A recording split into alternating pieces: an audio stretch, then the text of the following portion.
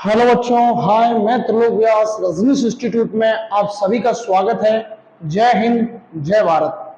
जैसे कि हम आज स्वतंत्र भारत में राजनीति कक्षा 12 राष्ट्र निर्माण की चुनौतियां अध्याय फर्स्ट नए राष्ट्र की चुनौती, उस समय नए राष्ट्र का जो निर्माण हुआ था उस समय कौन सी चुनौती आई थी, इस अध्याय में इन बिंदुओं पर अपन क्या करेंगे, अध्ययन करेंगे। कौन कौन से बिंदु है? पहला बिंदु है 1947 के बाद पहले दशक में राष्ट्र निर्माण में किन किन चुनौतियों से सफलतापूर्वक निपटा गया।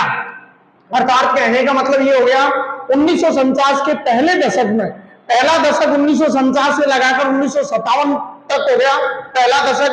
उस समय राष्ट्र निर्माण में किन किन चुनौतियों को सफलतापूर्वक निपटा गया, इन 10 सालों के अंदर भारत ने इन चुनौतियों को किस तरह से सफलतापूर्वक निपटारा किया। इसके बाद बंटवारे के कारण धर्मनिरपेक्ष भारत की धारणा पर किस तरह आंच आई। जब बंटवारा हो चुका था उस समय, यानी कि 1947 के अंदर भारत आजाद हुआ था, उस समय बंटवारा हुआ था, और जब बंटवारा हुआ तो उस समय धर्मनिरपेक्ष पर भारत में किस तरह की आंच आई, उसके बारे में हम अध्ययन करेंगे। इसमें देशी रियासतों का मामला, हमें पता है भारत के अंदर आजादी से पहले 565 देशी रियासतें थी। ये मामला कैसा था, इसके बारे में हम इस अध्याय में अध्ययन करेंगे। नेक्स्ट है देश विभिन्न लोगों की विभिन्न भाषाएं, लोगों की आकांक्षाओं का सवाल रखते हुए देश की अंदरूनी सीमा रेखा किस तरह तय करना। कहने का मतलब ये हो गया देश में विभिन्न भाषाएं थी, विभिन्न भाषाओं के लोग थे, सभी की आकांक्षाएं अलग अलग थी, और देश की अंदरूनी सीमाएं में जो थी वो तय करना, ये सारी हमारे सामने उस समय क्या थी, चुनौतियां थी। इन चुनौतियों को कैसे निपटा गया, इन सभी बिंदुओं का अध्ययन हम इस लेसन के अंदर, अर्थात राष्ट्र निर्माण की चुनौतियां पहले लेसन के अंदर करेंगे। में आगे बढ़ते हुए 14-15 अगस्त की मध्य रात्रि को हमारा भारत आजाद हुआ। उसी आजादी के समय बड़े जनसमूह को हमारे पूर्व प्रधानमंत्री पंडित जवाहरलाल नेहरू ने भाषण दिया। वह भाषण जो था विश्व विख्यात हुआ। उस भाषण का नाम था टेस्ट विथ डेस्टिनी, अर्थात भाग्यवधु से चिर प्रतिष्ठित भेंट। और यह बहुत ही विख्यात भाषण था, बड़े ही जन समूह को इन्होंने ये भाषण दिया। हमारे पूर्व प्रधानमंत्री पंडित जवाहरलाल नेहरू ने, सभी लोगों में काफी खुशियां थी। भारत की सभी जनताओं के अंदर स्वतंत्रता की खुली सांस ले रहे थे, और उन्होंने आजादी का स्वाद उसी समय 14 व 15 अगस्त को मध्य रात्रि को चखा। और आज उस समय भारत जो था पूर्ण रूप से स्वतंत्र हो चुका था। लेकिन स्वतंत्रता के समय दो बातों पर सहमति बनी। कौन सी दो बातों पर सहमति बनी? दो बातों पर सहमति बनी कि आजादी के बाद देश का शासन लोकतांत्रिक सरकार द्वारा होगा, अर्थात देश की शासन व्यवस्था जो थी वो लोकतांत्रिक शासन व्यवस्था द्वारा चलाई जाएगी। न राजा होंगे, न गवर्नर होंगे, न तानाशाही होगा। जो भी सरकार बनेगी वो जनता द्वारा चुनी गए लोगों द्वारा सरकार बनाई जाएगी। पहली सहमति तो इस पर बनी। और दूसरी सहमति जो बनी थी वो सरकार सबके भले के लिए काम करेगी। दूसरी सहमति थी कि इस देश के अंदर जितने भी लोग हैं उन सभी की भलाई के लिए क्या किया जाएगा, कार्य किया जाएगा। सरकार सभी के भले के लिए क्या करेगी, कार्य करेगी। ये दूसरी सहमति बनी। और दूसरा सपना हुआ साकार, अर्थात आजादी हमें मिल चुकी थी और हमारा सपना भी क्या हो चुका था, पूर्ण रूप से साकार हो चुका था। लेकिन सपना तो साकार हुआ, लेकिन देश का विभाजन भी हुआ। आजादी के साथ साथ हमारे देश का विभाजन हुआ और देश जो था वो दो भागों में पूर्ण रूप से बंट गया, और दो देश के क्या हो गए थे, निर्माण हो चुके थे।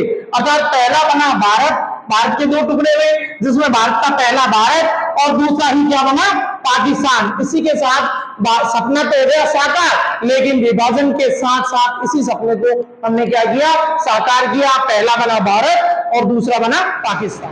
इसी क्रम में कठिन परिस्थितियों में आजादी, भारत आजाद तो हुआ लेकिन कठिन परिस्थितियों के साथ, अर्थात आजादी के साथ साथ भारत का विभाजन भी हुआ। कठिन परिस्थितियां थी उस समय, बहुत ही अपन ये कह सकते हैं पहले ही दिन स्वतंत्रता के साथ ही इनको बहुत ही बड़ी बड़ी क्या मिल रही थी, चुनौती मिल रही थी। विभाजन हुआ, विभाजन में एक जो बना था वो पाकिस्तान बना, जिसमें अपन पहले देखते हैं विभाजन यानी अर्थात भारत के क्या बन गए थे, दो टुकड़े बन गए थे, पहला बना भारत और दूसरा बन गया आपके पाकिस्तान। कहने का मतलब ये हो गया आजादी तो मिली लेकिन इसके साथ साथ भारत के दो टुकड़े भी हुए। अभूतपूर्व हिस्सा, अभूतपूर्व हिंसा का मतलब ये हो गया आजादी के साथ साथ बहुत जगह रक्तपात, लूटपाट बहुत जगह हमें देखने को मिली, पाकिस्तान में भी देखने को मिली, भारत में भी देखने को मिली। बड़ी मात्रा में क्या की हुई थी, हिंसा हुई थी। कब? जब भारत आजाद हुआ था। खुशी के साथ साथ हमने गम को भी उस समय देखा था, ठीक है ना। इसी के साथ विस्थापन, विस्थापन का मतलब ये हो गया जब हिंसा हुई, अभूतपूर्व इतनी घटनाएं हुई तो विस्थापन भी होना क्या हो गया, शुरू हो गया। विस्थापन का मतलब है वहां से पाकिस्तान से लोग भारत में आने शुरू हो गए, यहां से जो लोग थे वहां जाना क्या हो गए, शुरू हो गए। विस्थापन भी होना क्या हो गया था, शुरू हो गया था। और इसी के साथ हमें स्वतंत्रता के साथ साथ इन सभी को क्या मिलती है, चुनौतियां मिलती है। विभाजन की, हिंसा की और विस्थापन की। आजादी तो मिली लेकिन इनके साथ साथ ये हमें चुनौतियां भी क्या हो रही है, मिल रही है। पहली चुनौती क्या थी, एकता के सूत्र में बंधे रहना। एकता के सूत्र में बंधे रहना ये सबसे बड़ी चुनौती थी, क्योंकि भारत ही बहुत ही बड़ा विशाल देश है। इसके साथ साथ बहुत धर्मों के लोग यहाँ रहते हैं, बहुत ही भाषाओं के लोग यहाँ क्या कर रहे हैं, निवास कर रहे हैं। सभी की संस्कृतियां अलग अलग रहती है और धर्म के आधार पर, भाषा के आधार पर, संस्कृति के आधार पर भारत जो है बहुत ही विशाल देश था। इसको एक सूत्र में बंधे रहना ये सबसे पहली चुनौती थी, क्योंकि उस समय हमने देखा था विश्व के परिदृश्य में काफी ऐसे जो देश थे वो क्या हो रहे थे, आजाद हो रहे थे। किस कारण से क्या हो रहे थे, उनके टुकड़े हो रहे थे। किसके आधार पर, कभी भाषा के आधार पर, तो कहीं धर्म के आधार पर, तो कहीं संस्कृति के आधार पर। हमने देखा था कि सभी विश्व में काफी ऐसे देश थे जो क्या हो रहे थे, उनके टुकड़े हो रहे थे। तो वैश्विक नजर भी भारत पर गिरी और उनमें भी ये देखने की कोशिश की गई क्या भारत में भी ऐसी घटना होगी, या वो धर्म के आधार पर या जाति के आधार पर या संस्कृति के आधार पर उसके भी टुकड़े होंगे। तो सभी विश्व की नजर भारत पर थी। तो पहली चुनौती हमारे सामने यही होगी कि एकता के सूत्र में बंधे रहना, यानी कि इतनी विविधताओं के बाद भारत एकता के सूत्र में कैसे बंधे रहेगा, ये सबसे बड़ी चुनौती थी। एकता ऐसा सूत्र जिसमें भारत की सभी विविधताओं को जगह मिले, यानी कि कहने का मतलब ये हो गया इतना बड़ा भारत है, उसमें इतनी बड़ी सारी विविधताएं हमें देखने को मिल रही है, इन सभी को अपनी अपनी जगह मिल सकती है, ये पहली चुनौती थी। इसके साथ इनकी बोली अलग थी, संस्कृति अलग थी और धर्म अलग थे। ये हमने अभी बात की थी, सभी के धर्म अलग थे, बोलियां अलग थी, संस्कृति अलग थी। तो फिर कैसे रहेगा अखंड भारत, ये सबसे बड़ी चुनौती थी कि अलग अलग इतनी संस्कृति बोली होने के बाद कैसे अखंड रह सकता है भारत।